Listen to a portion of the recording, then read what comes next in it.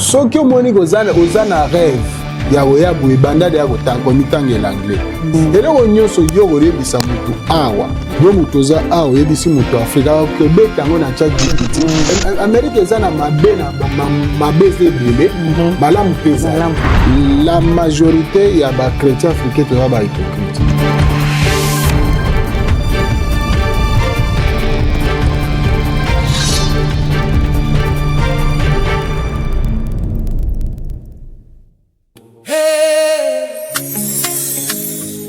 Yeah. Spotlight is opela, lumière et côté. New space tozali ready, voya batu nyonso. Ezali komata, spotlight session. Awande sika ya batu nyonso. Awande sika ya batu nyonso. Nous sommes officiellement de retour devant vos écrans dans cette nouvelle saison de votre magazine Spotlight Session officielle. Nous vous accueillons tous dans notre nouveau décor, nouvel espace. C'est ici où nous allons désormais enregistrer nos émissions et recevoir nos invités. Nous disons merci à tous ceux qui nous suivent en ces moments et un grand merci à tous nos chers abonnés. Continuez toujours de vous abonner massivement. Désormais, suivez-nous sur TikTok, Facebook, Instagram, likez nos vidéos et partagez nos vidéos. Sûrement, quelqu'un sera édifié. Avec notre invité spécial d'aujourd'hui, nous allons essayer de comparer la réalité de vie ici aux États-Unis et la réalité de vie en Afrique. Il a vécu cette transition, il vient juste d'arriver aux États-Unis. Mais avant de recevoir notre invité spécial, nous allons demander à la régie de nous balancer un élément et on se retrouve juste après.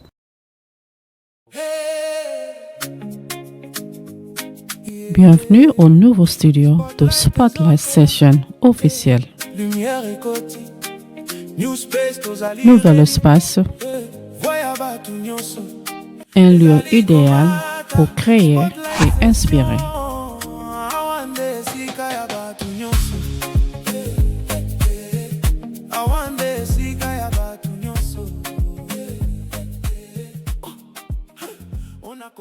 Voilà, nous sommes de retour dans ce magazine Spotlight Session officiel. Comme je vous ai dit au début de ce magazine, aujourd'hui nous allons essayer de comparer nos réalités de vie d'ici aux États-Unis et les réalités de vie en Afrique. Je vous ai dit, notre invité, il a vécu cette transition, il vient juste d'arriver aux États-Unis et sans plus tarder, nous allons recevoir notre invité.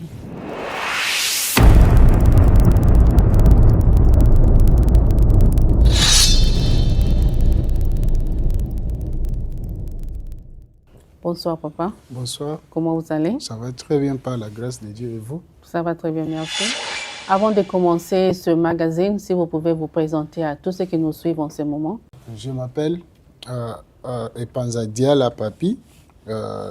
Pour les gens de ma famille, pour ma famille plutôt, et puis mes amis et connaissances m'appellent Beverly Diala. Je suis chrétien, musicien, je suis un serviteur de Dieu. Je sers Dieu dans le ministère apostolique. Je suis marié, père de 3 enfants. Et vous venez de quel pays?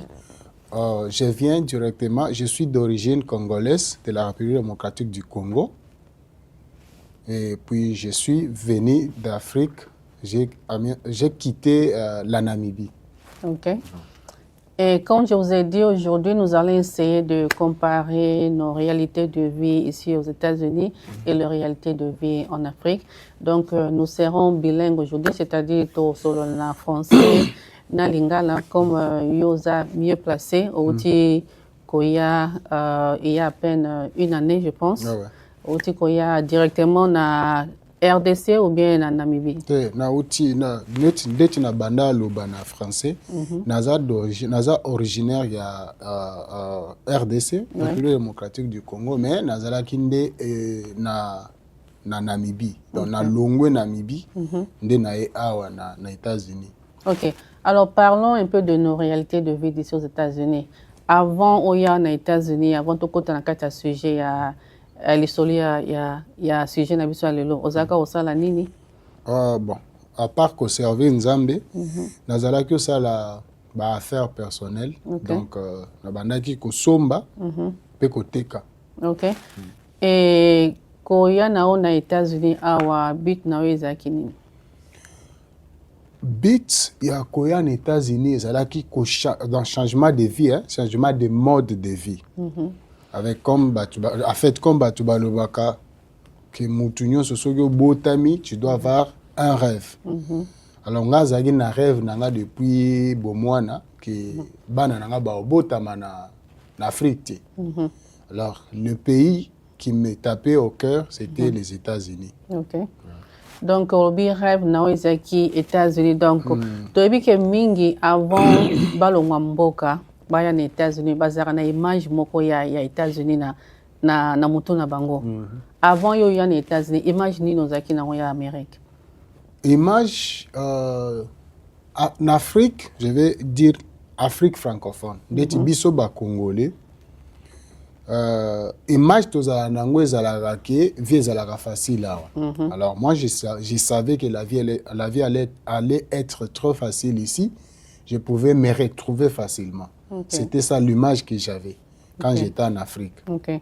Alors impressionnant ya liboso tango okomaki na aéroport international d'Indiana. Impressionnant ya liboso tango moni Amérique. Bon, comparativement na mboka na Namibie, j'étais pas surpris. Par rapport aux infrastructures. Tongeli ya ba nani pe na ba nzela parce que c'est un peu similaire. Concernant Siko vie, la différence il y en a. J'avais remarqué la différence sur le plan emploi. Na makambo emploi, na ebaki ke nazoki dia ba explication na bato ba yambaki nga. Qui était possibilité aux hommes sans discrimination. Okay. Alors, la première des choses, la plus grande impression que j'avais et la différence, c'était il n'y a pas de discrimination ici. C'est-à-dire, dès que tu es ici, tu arrives ici d'une manière légale, il n'y a personne qui peut te discriminer dans Marambo Moussala. Là, c'est la première différence que j'avais vue entre l'Afrique et les États-Unis. Ok. Et penser na yo ya Amérique ezakini ozako penser ko trouver nini en Amérique avant na longwa en Afrique penser zana no changement changement je pensais que en fait penser en soi c'était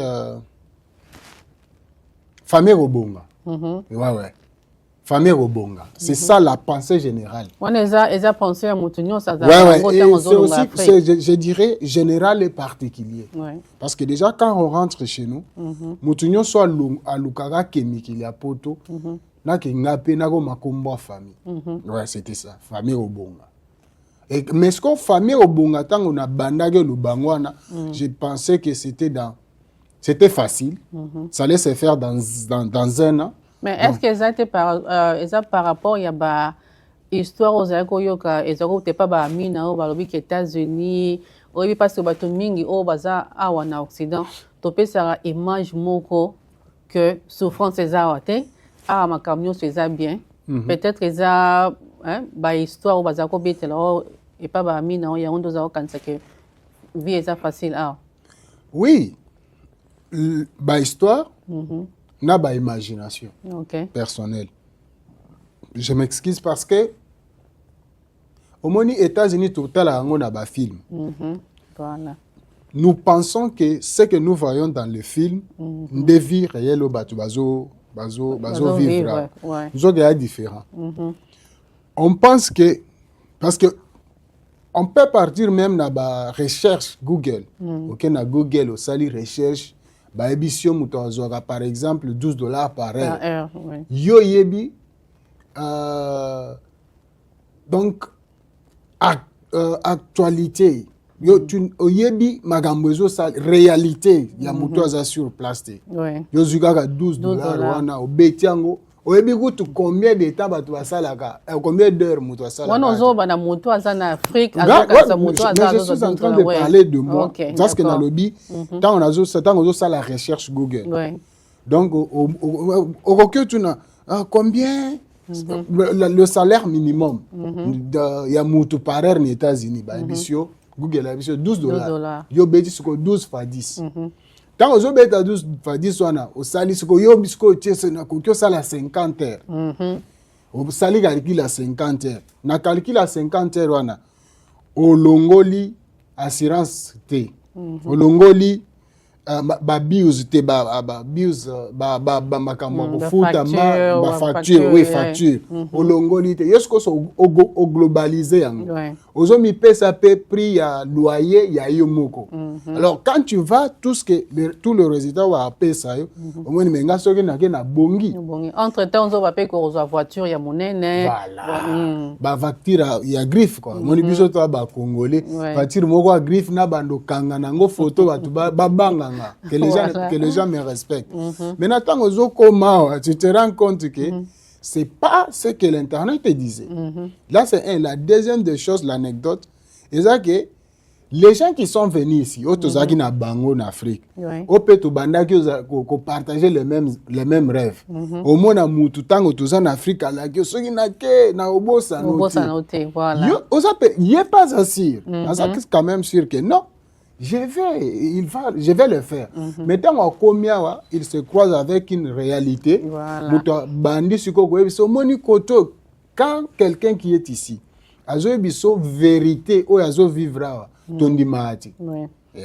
Bon, si on dit na ka olobi ke mutu obozaki na alobi na oke no so na kei na obosa na ote. Yo suko tango za a na batu nyonso yo yebi na Afrique obazotala biso na moment partout dans le monde.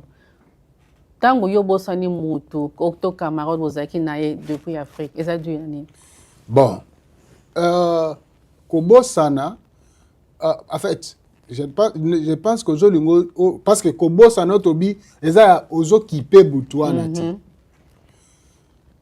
volonté ndeti par exemple je prends mon exemple personnel il y a les gens qui m'ont aidé en Afrique. On a le bac de toutes les façons, quel que soit le temps, je vais me rappeler de. Moutou ce qui n'a commis par rapport à Makambu, à Ebisaginga ke na obosa noté. Ngada na mutu na romitia ke ce qui a commis boembala moko a kipenga. Mais nazo bosa na ketango akoyaro akokroiser ba réalité mosusu. Alors les faits o esala ke toko mage mutu a bosani bato. Eza par rapport ya temps. Voilà.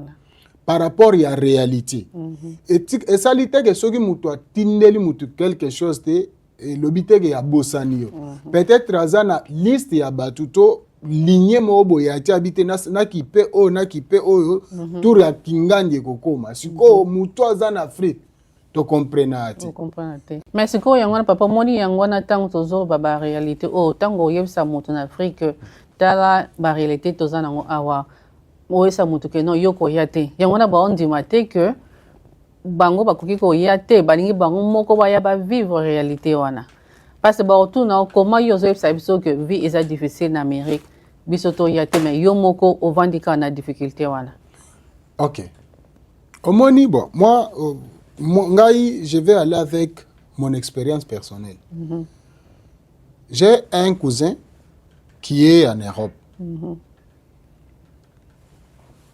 À chaque fois qu'on a bandaki obetele makambo processus nanga, abandaki ebisanga ke awa bozo la boyawa y a rien de spécial nga bandalo ko ebisa ditika makambo zolo ba bongo yo po nini yo zonga Afrique donc mutu o azana Afrique ko comprendre ti voilà to na bando ebisa yo ozakuna na Allemagne ozolo bagaki na yati bongo bano yo mtu oko kolisa bango abisa omoni na Namibie bana bazotanga pa c'est mieux au sala effort au se débrouiller au maintenir vie kuna awa poso mbata ndako ekozala complet na bitika nga fona yako mimone mona yo moko siko tango na komiawa tango na bandi ko s'intégrer la première des choses que j'ai dit mokolo nzamba olinga zwanga na kufa bakundanga na Amérique parce que awa ata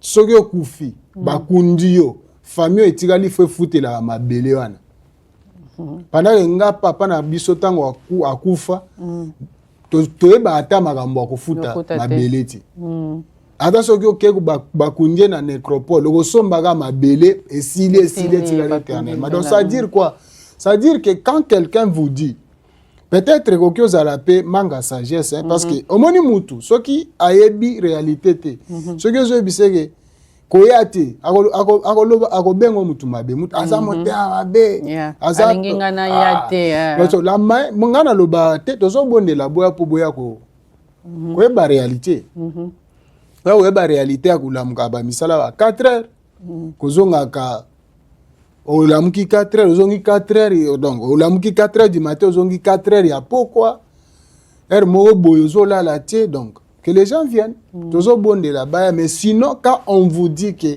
ne venez pas, c'est peut-être, nous avons pitié de vous, nous ne voulons pas que vous venez stresser ici. Alors, vous avez mentionné l'intégration. Est-ce que c'est facile ou bien difficile pour nous, ou bien pour la famille, pour nous s'intégrer tant beaucoup en Amérique? Ok. Je vais répondre à cette question en deux volets. Moi, l'intégration n'était pas du tout compliquée.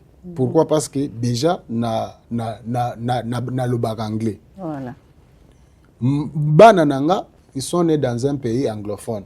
Dans la classe, ils avaient des petits problèmes. Il y a compréhension parce que anglais américain, bah le accent, oui, accent. Et puis c'était une affaire de 2 mois comme ça. Au Monibana. Ils se sont adaptés.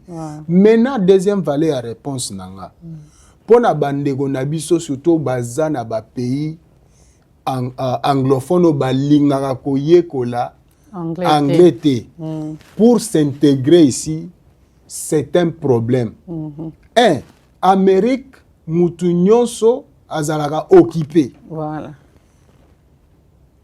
Mutu nyonso azalaka téléphone. Oyabwe misala. Donc on peut pas vous cacher si vous venez ici légalement. Okozwa musala. Maintenant musala il faut la capacité ya ko milukela musala. Bako komango na français te. Bako komango na anglais. Là c'est une communication tango zo ke osala interview.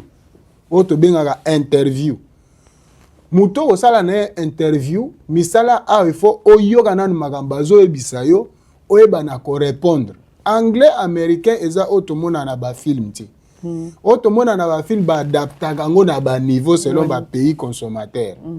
Awa américain surtout soki okutani na noir américain lo ba mbango arapaka. Ozo kama kamsusa lo bate. Ya ozo kate pina donc o se concentrer pour oyoka kaka idée maîtresse. Siko soki anglais na biso Afrique, soki nanu yebaki yango ti. Oye awa ça te fait des problèmes.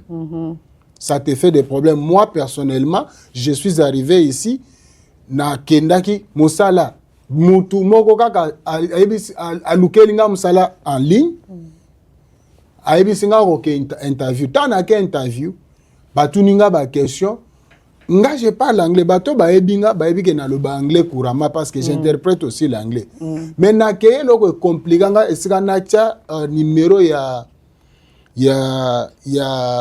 to be ngo alien number, numéro ya permis de travail ndanga. Na kenda ko tia esika ya nationalité américaine. Donc numéro o immigration epesa ke epesanga na ke otiango e compliquanga na sala soki 30 soki une heure mais raison en Amérique zo abetiango dada bazo ça na ba 10 minutes muto esima nanga ça dire quoi ata soki donc ça va ça demande que osala na maîtrise du travail de la langue soki omoni ozana rêve ya oya boye banda de ya kotanko mitange l'anglais. Et puis la deuxième des choses et le mosusu pesa important aux États-Unis les moyens de transport. Il faut la capacité. Ce que vous avez permis, par exemple, il y a SADC, permis international, c'est mieux. Ce que vous avez kokumba te yekola kokumba. Pour ce que vous avez awa. Vous avez dit tata moi c'est ça kuna akosalisa yo tata moi c'est akodlamuka na tongo a démarrer mutuka ke musala. Donc on a un point moko très nécessaire au bas. Il faut basaler là. Voilà, nous continuons toujours notre émission de ce soir avec Papa Papi. Comme tu sais, nous avons parlé sur nos réalités de vie ici aux États-Unis. Nous comparons la réalité à vie na Afrique ye autori aza mieux placé ya ko betela biso masolo ya ko betela bino pe masolo mais na olingana tu na eloko nini oyo yo sepelaki na na Afrique oyo moni awa na Amérique o sepela na onte climat. Climat. Malili. Non, pas Malili. Ok, Namibie est un pays désertique. Ils ont entouré des déserts. Partout où on Namibie mboule beta ati. Ça a pembeni à océan. Bazaka Malili ane mobimba. Malili extrêmement, il fait extrêmement chaud, froid. Et puis na ngambo tozalaki tozana Malili wana sec. Malili meta tozala na ba juin plutôt tozana odo bengaka London weather. Climat de Londres. Et ça là comme Malili pena ba moins degré. Sikoyo climat autozolo moni en États-Unis. Ogyo tambola penata ba mois ebele otala likolo monaka minzoto te. Tu ne vas pas les étoiles. Donc donc nini eza pollué.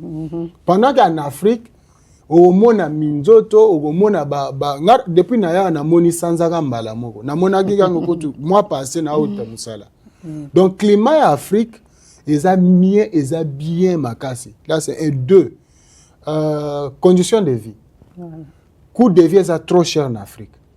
Très trop cher. En fait, je dirais que chez nous en Afrique, la vie est gratuite. Mais quand vous parlez de l'Afrique, Ozolobana en général, Ozolobana RDC, Ozopase Obikouti Namibie. J'étais aussi en Zambie, j'ai fait aussi l'Angola. Donc, tant on a Zolobaboto, par exemple, chez nous, coût de vie, c'est gratuit. Ezalananu, dès par exemple, l'Ango Batobaloba, qui pas habitué l'Anga, n'est Zelangati. On a pénézé parce que pas habitué na Congo, na Elanga, Orolo ne loko tema ite bimi. Na Elanga peno au mona bozo tambola na Elanga biloko bimi. Awe Elanga, awe za sec. Voilà. La deuxième des choses, c'est Mboula. Mboula n'est pas habitué za bien. Et ça la badegati. Ozomona. Mbule kokyo beta otamboli pe makolo. Ah mbule ko beta otambo. Ah nanu kaka tango mo ezalaka. Batu batambola makolo ti. La troisième des choses c'est quoi? La troisième des choses c'est ça coût de vie ici dans le baki. C'est trop. Nous chez nous en Afrique on vit gratuitement. Pour anda to sombaka 30 ans au futelango 30 ans. Ah na mboko yo. Okyo sombelo ko cash te sokyo sombelo ko cash ni États-Unis au BBC Crédit Record na oza muto malamu te ozwa nyongo te ozomona. Donc c'est ça. Donc quand tu vas que chez nous et pas biso en Afrique parce que nazo loba je connais la réalité un peu la réalité de l'Angola, de la Zambie, je connais la réalité de la Namibie et puis je connais la réalité de chez nous. Donc il y a une réalité américaine. Donc quand je dis ça quand vous me voyez dire en général, parce que quand on parle déjà de Zambie, Namibie, c'est l'Afrique anglophone. Et ça n'a pas comportement, moko Afrique du Sud, c'est la même chose. Tant que tu es Angola, Congo, na Zambie parti, mo sur Afrique centrale. Donc ça n'a pas réalité moko. Donc chez nous, ogo somba mutuka na yo, awa tozo mikoti sa na bo, toza na boumbo. Pourquoi je dis ça? Mutuka, il faut ozo mutuka nyongo. Obando futango par mois. Oko futanga mutuka te l'État américain est obligé sokyo sombi mutuka ezala na assurance. Sokyo sombi mutuka au défi mutuka à vrai dire. Au futi assurance te bakangiyo eza pénalité ekoki peut-être ekoki kutu ko causer tina refoulement na yo. Donc, est-ce que ce moto a une réalité autant aux en Afrique?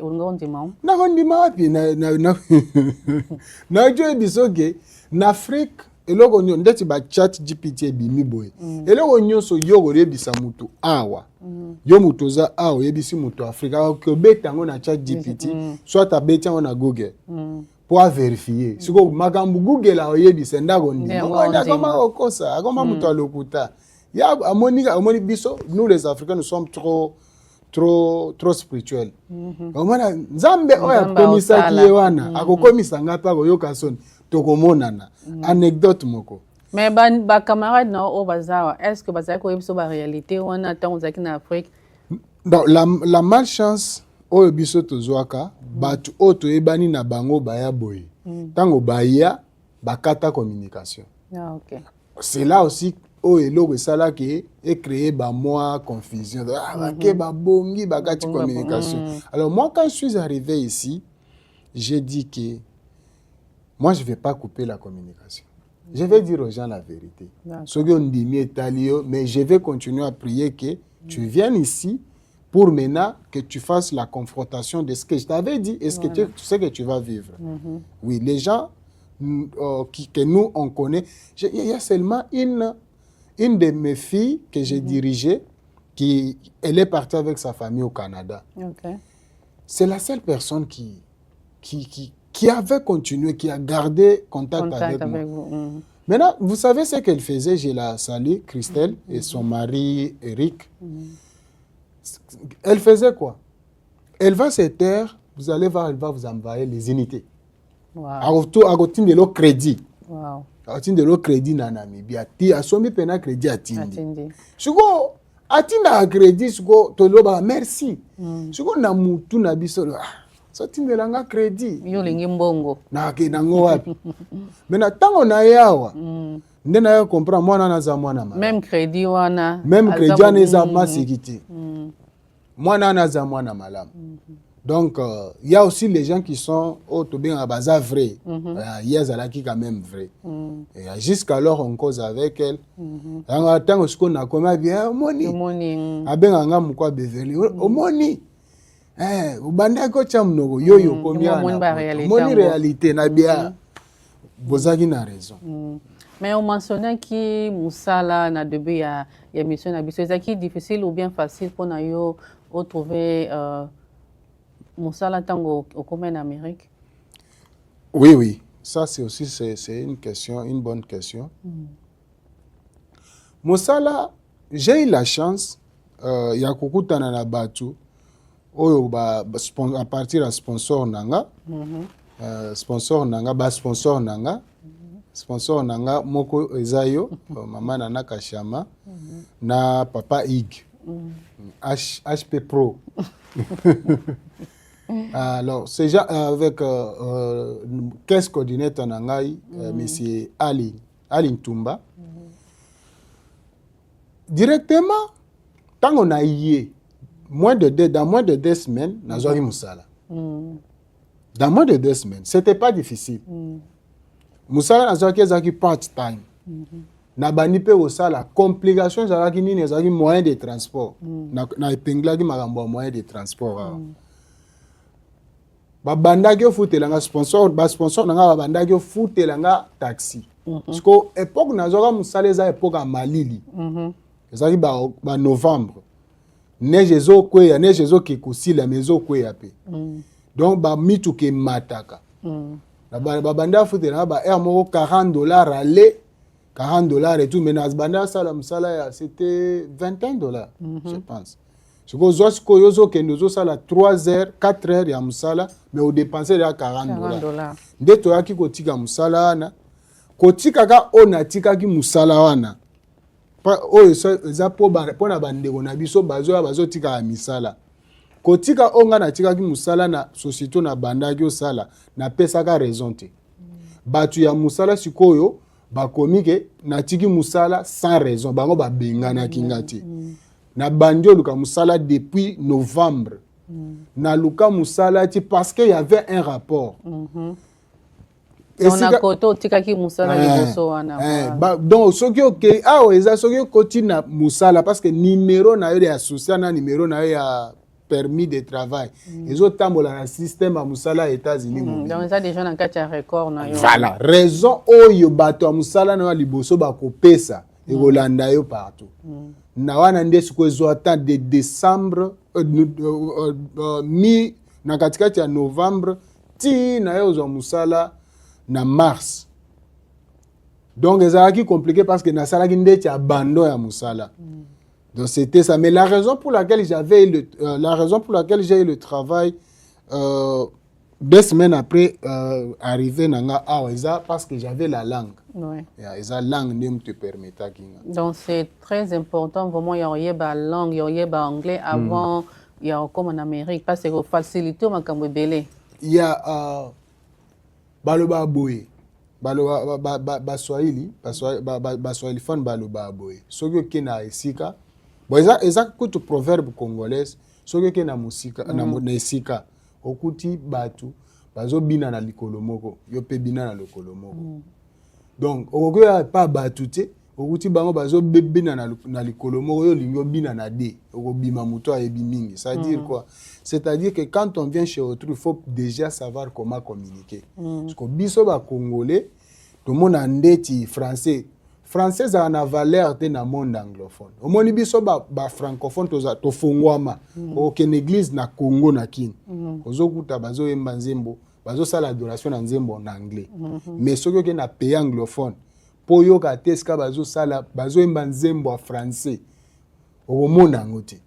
Donc bango bazalaka concentré na makambo na bango. Alors le conseil que je peux donner aux gens ici est que quand vous rêvez venir ici, ozo bondela beta DV loterie, yo mutoza na camp de refuge, ozo bondela ba makambo fongwama oya totanga anglais.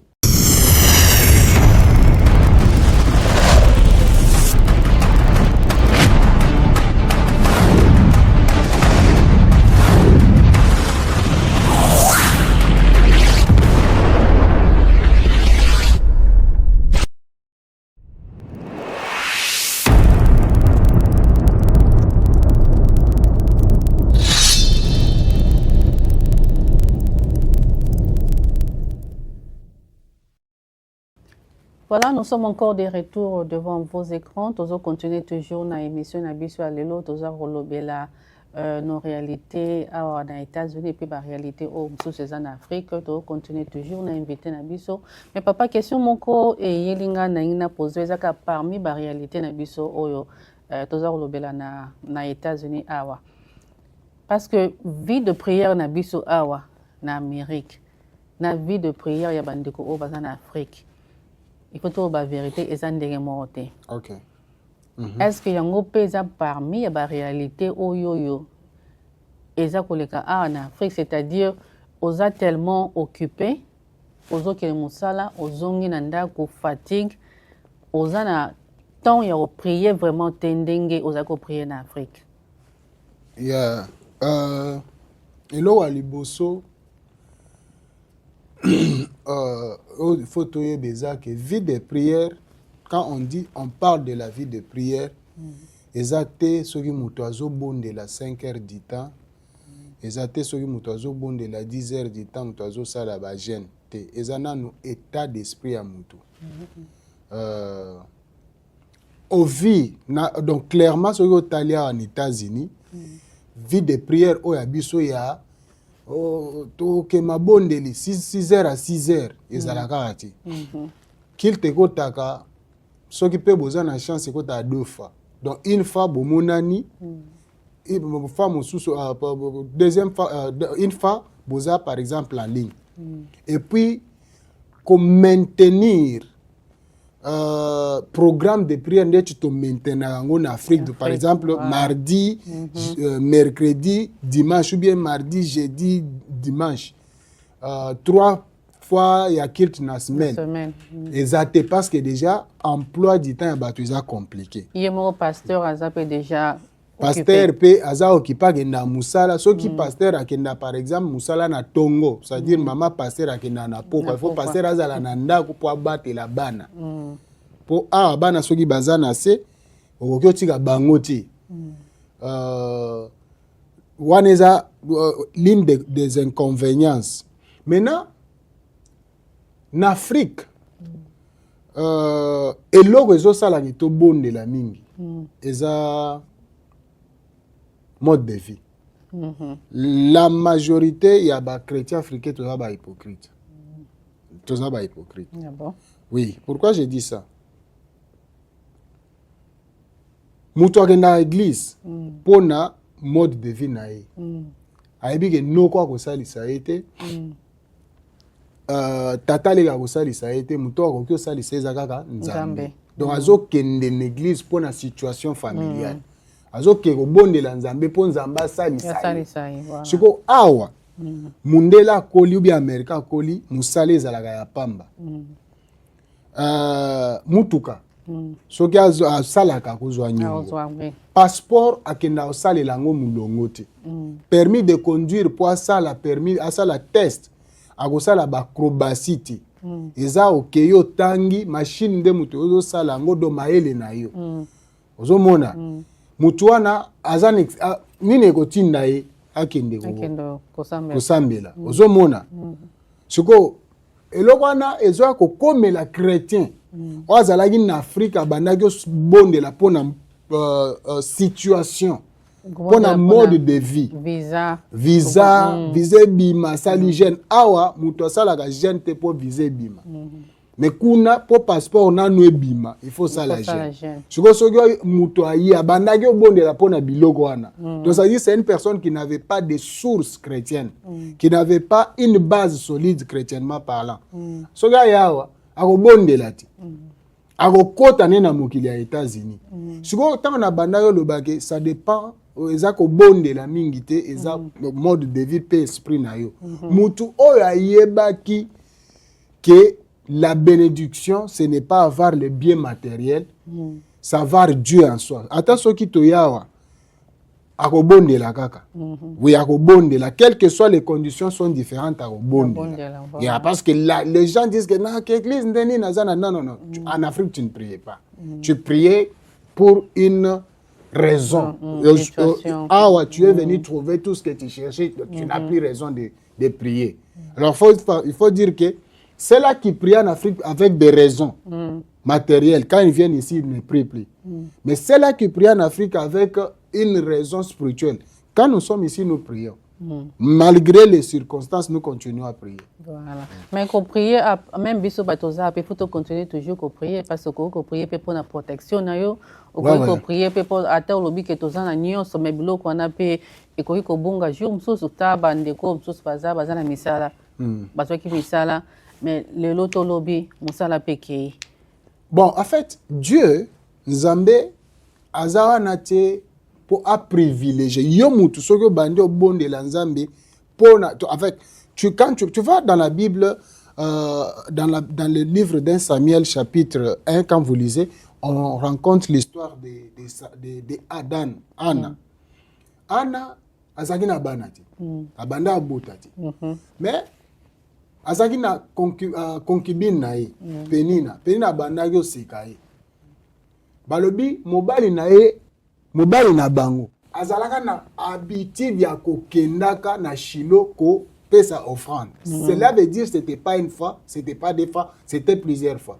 Moi je m'imagine que les fois précédentes tango ana bandaki ke Shilo mabondeli na ya bandaki loba Zambe pesanga mwana po Penina amona peke na botaka. Déjà quand tu pries Dieu avec l'intention de prouver, Dieu n'est pas dedans. Mais quand elle a changé sa manière de prier, elle a dit, Dieu, si tu me donnes un enfant mâle, je te n'aropé ça au moins nana. Dieu l'a donné l'enfant parce qu'il n'y avait pas Pénina. Maintenant, quand toi tu ne pries pas Dieu pour, par exemple, que sa volonté soit accomplie dans ta vie. Tu pries Dieu seulement pour qu'il te protège toi. Ça, c'est une prière égocentrique. Ici, qu'est-ce que je vais dire? Je vais dire que nous devons prier, mais nous devons savoir comment est-ce que nous prions. Dieu doit être le centre de nos prières. La prière, je pense bien que la prière que quelqu'un qui est ici doit régulièrement faire, c'est la prière que Jésus nous a laissée. Notre Père qui es au ciel, que ton nom soit sanctifié, que ton règne vienne, que ta volonté soit faite sur le ciel, la terre comme au ciel. Pardonne nos offenses comme nous pardonnons à ceux-là qui nous ont offensés. Pourquoi?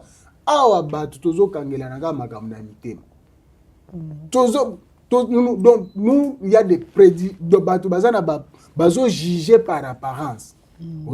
Ici, c'est dans cette prière ici, Jésus voulait nous dire qu'il faut tous à la unis. Unis avec le Dieu, le Père et le Saint-Esprit. Tout tient en centre à Magamunabiso.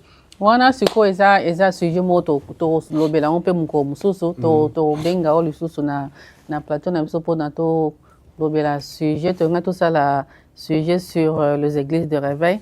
Je pense que to comme na auto bato bengo so na plateau na biso jour mususu comme ça to meka quand même ko sola sur yango.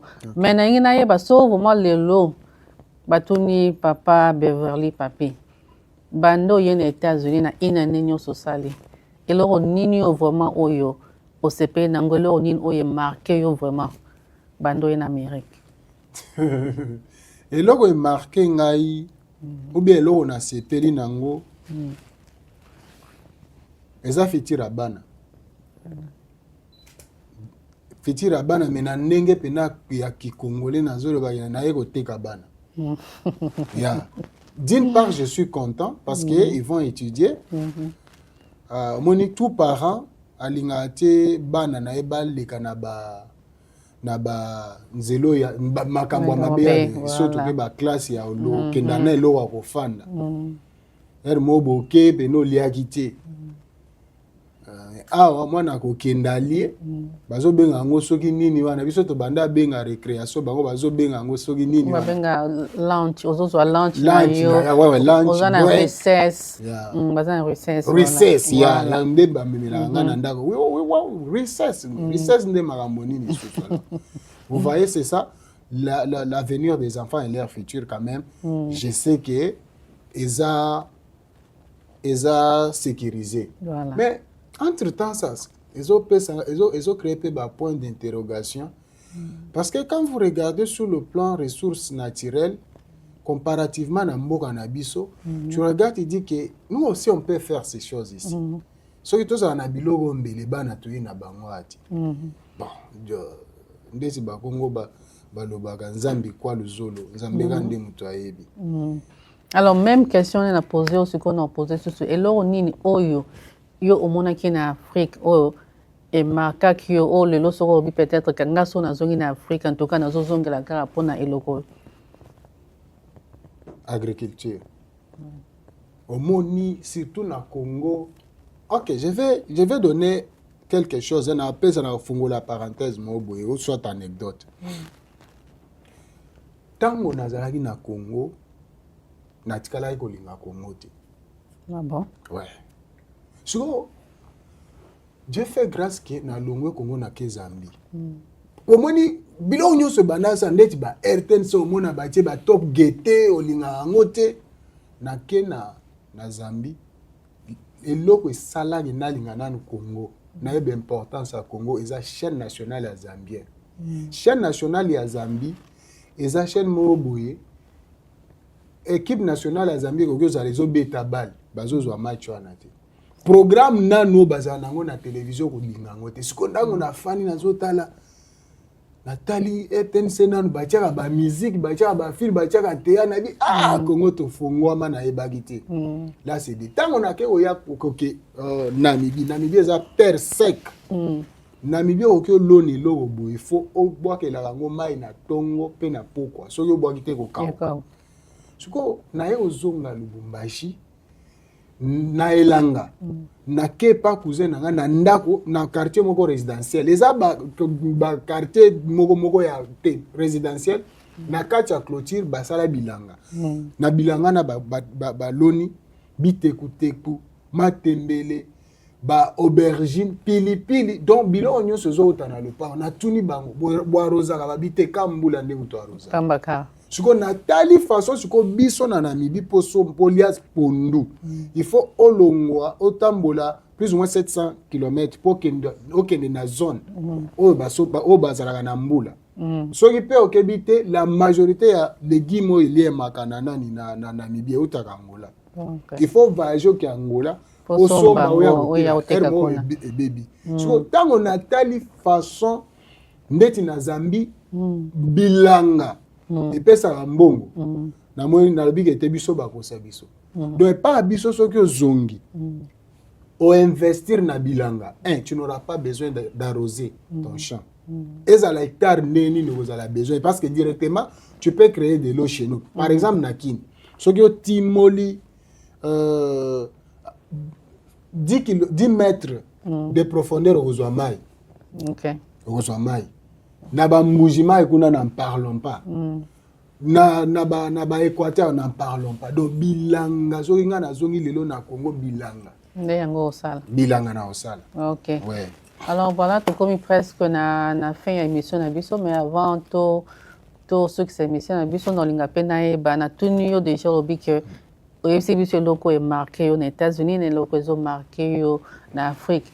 Mais eloko nini oyo sepela na ngote to sepela na ngote na Amérique awa na une année on sosali yo. Bon ba ebisaki biso eloko wana na Afrique. Baza na amendment ya Amérique la constitution ezao ba lobaka liberté d'expression. Liberté d'expression, liberté de religion. Animosité aux États-Unis. Je suis arrivé au niveau de dire que awa soki basali tokote na liberté te. Parce que en Afrique attendez tinaza tozaki na banamibi wana omona ke ba légaliser makambo ndeti ba oya defa na lo ba defa pour ba légaliser mais quand même évangile ezalaka na puissance wana ya koloba koboyango awa soki olobi bao awa pena gouvernement ezokomisa ndeti basala ya nzambe ba hypocrite po soki olobi bakangeli yo ministère. OK, biso kuna na mboka biso kuna liberté d'expression ko oloba na oyo oloba pe otelemi na te biso na Afrique penda biso tolingaka biloko te awa na musala osala na bango. Donc tu es obligé parce que pour respecter la constitution de ces pays tu dois te lier na ba makambo bango ba permettre voilà. Ndeti eloko exemple na musala bazui mutu asika baye face à la section nga faut ce qu'on na train na former mutu wana mobali pena boye bazo bisanga que elle s'appelle mobali. Elle s'appelle, tu vas l'entraîner. Donc, Bazo se référer à elle comme étant une femme. Pendant que c'était un homme, et l'obélier là, télé, là, petit pantalon. Mais, donc, je me suis dit, mais, nous avons maintenant ça, la néni. Où est-ce que ça là? Vraiment, on voit que ça, la tête, bakondi moto za nango na Afrique, que na boy, pona Yesu. On aime Jésus. La sincérité nous oblige de ne pas nous conformer à Batouana. Même la Bible. Maintenant, ici, le problème est que cette communauté-là, Bazana, Makazimo, ce que est chef ou nayoke, chef Nagosa la ngote. Bagosa la semblant hypocrisie, wana. Mais, Bakomena salika semblant. Alors, ça, qu'est-ce que j'avais fait? Na boy ko sala na section nanga. Na I'm going to train him. To train her. I'm going to train her. Tant on a na bandi ko stack section na bandi otia biloko tozaki na ko expliquer pardon na kato to expliquer na bandi na so ba ota misos ba bien anglais telikambo o etiko bango comme omeka ko ya na lebi na ko entraîner na ko former na ko salisa mais na tiko na sala ngo na mutu na mayele na olies ko na banda ko entraîner mbala moko na bani ko tia ko kende na dépôt ko zwa biloko tozali na ngo raison besoin plutôt ti ye moko siko ake pa mutu mosusu ake na section mosusu na bipona yako mipakola masumu te parce que déjà aza mutu azo tia te mena nzambe zamba pesio nani nzoto mosusu yo omipesi nzoto mosusu eza donc. Mais pesa ki au problème te na musala. Non, ça m'a rien fait, ça m'a rien parce que chef a remarqué qu'il était puis à longwa ki wana na volonté na ye. À longwe et puis bango bazalaka déjà problématique. Et si ka ke ya bandi ko potana na bato. Anabia sala magambo na yo. Et la réalité nini o kuta na osusu en Amérique oyo et puis sûrement pas difficulté. Oyo peut-être ko meka ko partager les choses na biso avant to ces émissions na biso. Choc de culture. Voilà. Choc de culture. Africain en général. Tout ça na autre bengaka humanisme bomoto. Tout ça na ba moins distance. Et lobeli na biso ata soki moto aza impoli. ils ont un mot à le facilement. Maintenant, américain, ba monyo so to biso to batela na bilamba wana ya lo bango facilement. Facilement au lo bango. De siko biso lo la toza pena na identité africaine, mentalité africaine dont ils ont dérangé ma casse. Culture na biso. Ba misusu kutunga na musala na solo la rata na bango te. Bonjour OK po ya webisanga biloko no nanga na kundi. Mais bon moi na gazo webisango chef. Eza normal pour na bango. Et puis la deuxième des choses ezape nani à partir ya choc à culture. Nde loko ezo sala ke batu ebele nde tozo ya soki se maîtriser te muto baby. Tango tozo luka to copier. On peut copier. Okoki ko luko bandolo bandeti américain c'est bien eza intégration. Mais il ne faudrait pas te bosser na geska tozo uta. Tu ne deviendras pas américain. Tu seras toujours africain. Tu peux prendre ce qui est bon, laisser ce qui est mauvais. Parce que j'ai comme l'impression que biso tant que tozo linga tozo nyonso to le kande na batongo to beba na go beba. Et puis on met la dans le choc de culture, on mona que 9 sur 10 américains 9 amelaka bangi. Amela pena bangi. 9 sur 10 américains bakenda église te. Donc baza batu moko boye système et pesi bango possibilité ko bonde la tibo. Voilà. Ça choc de culture. Alors les lots to bito zonga moi sima. To mona papa papi Beverly na Afrique lelo. Soki muto ayepa na lobi ke papa lobi OK na Amérique. Na ba réalité nyonso so moni awa. Au ndema koya na Amérique ou bien au préféré au vendre en Afrique? Bon, question est ça. Déjà na ebi réalité. Bon, tout ça ndeti que ozana bateau ba betela déjà ma la réalité awa. Na ndenga Afrique, bateau ba betela nga ba masolo yo, ba beta na ndima te. Donc ça veut dire na koya. Mais ce qu'on a ndenge naza na réalité ko vivre ngo na kopesa bato na condition. Amérique eza bon Amérique eza na mabe na mabeze belé, malamu pesa. Malamu pesa voilà.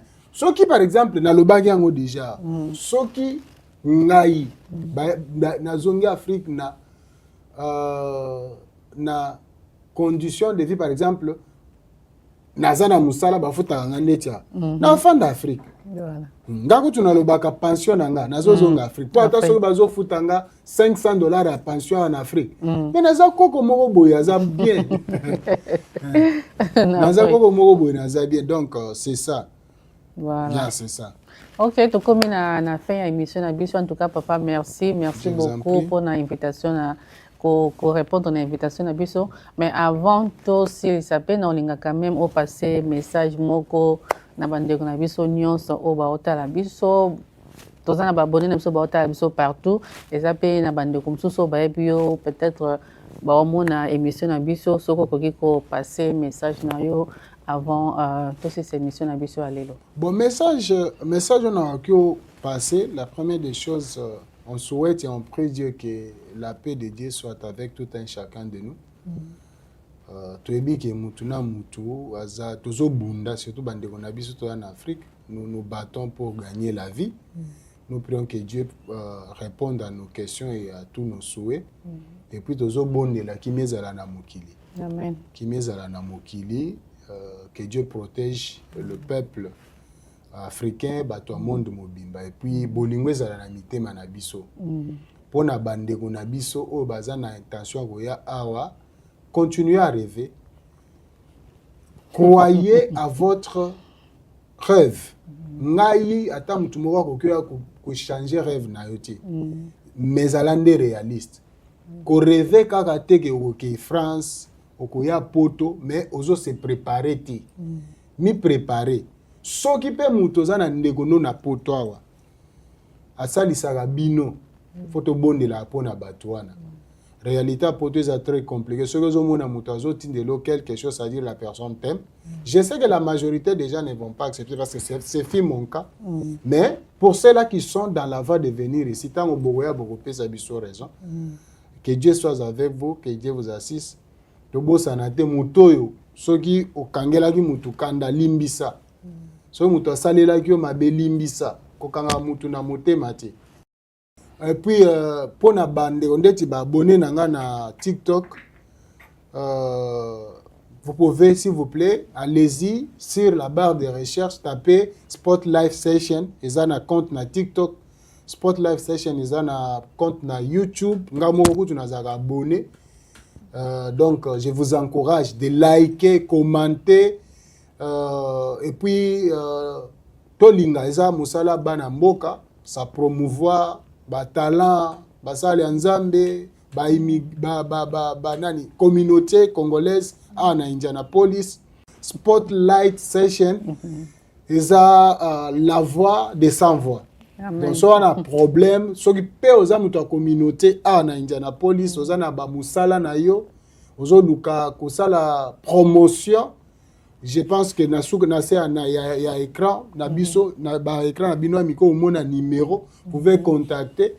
Ba osala ata ba concert, ba mariage, ba convention. Donc Spotlight live, oh my god, Spotlight session ils ont sali ça. Donc voilà. En tout cas, merci mingi papa papi. Oezaka entre parenthèses, na habité so otala ki match ya bana mboka o babeta ki kala mingi te ba Léopard baza qualifié na Coupe du Monde. Yeah. Réaction na Oezani. Réaction na eza, nous rendons gloire à Dieu. Nous disons merci à Dieu.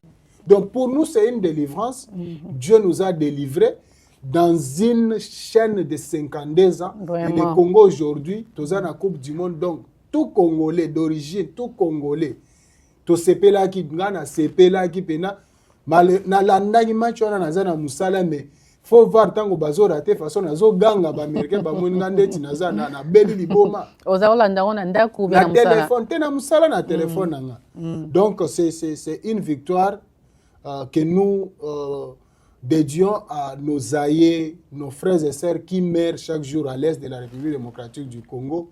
Na bandeko na biso bazo kemba na bandeko na biso pe baza o baza na bolingo mboka. Vraiment gloire à Dieu pour la victoire. Léopard Fimbu tozo ya boeto Portugal akeba. Bati mususu balobi ata to Paulina to Alboso, on s'en fout parce que c'est au continent mondial. Te siko ngana za sportif ngali na makambo abale. Nga je pense que coach Nabiso azo sale la pe carrière Nabiso. Voilà. Pona bato balandaka bale. Omoni Portugal. Portugal ata tango azwaka Coupe d'Europe. Asala keloko malonga te na phase de poule. Tango azwaka Coupe d'Europe abimaka na 3 points. Asala ba nil 3-0. Ba équipe africaine compliquera Portugal.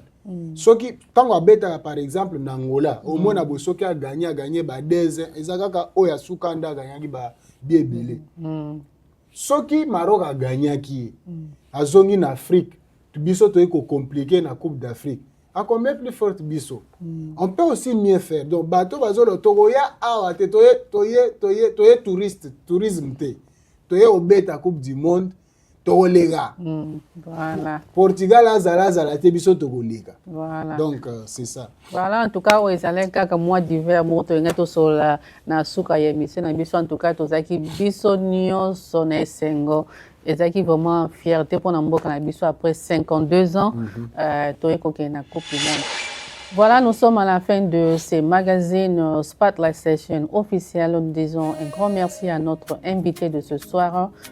Toti Kolobela, comparaison, il y a mode de vie nabiso en Amérique, na mode de vie à nabiso en Afrique. Na batu nyonso oyo balandi en tout cas émission nabiso ya lelo to seng nabino bo partager pour moi massivement. Désormais, suivez-nous sur TikTok, Facebook, Instagram, Moto Nyonso, azana message, alingi ko passer na émission na biso, la porte est grandement ouverte à tout le monde. Ezaka émission ya bana Indianapolis, eza émission ya biso Nyonso, même sokoza en dehors des États-Unis, olingi au passer na émission na biso, en tout cas n'hésitez pas, contactez-nous, to tia ba coordonnées na biso awa na fin émission na biso, en tout cas vous serez toujours le bienvenu. Merci encore une fois de plus et on se retrouve prochainement. Yeah, yeah. Spotlight is opela, yeah. Lumière et côté. New space tozali ready, yeah. Voya batu nyonso ezali komata. Spotlight session awande sika ya batu nyonso, awande sika ya batu nyonso. On a commencé petit, les rêves ezalaki grand.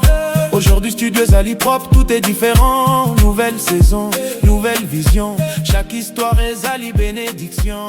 Micro ezali ouvert.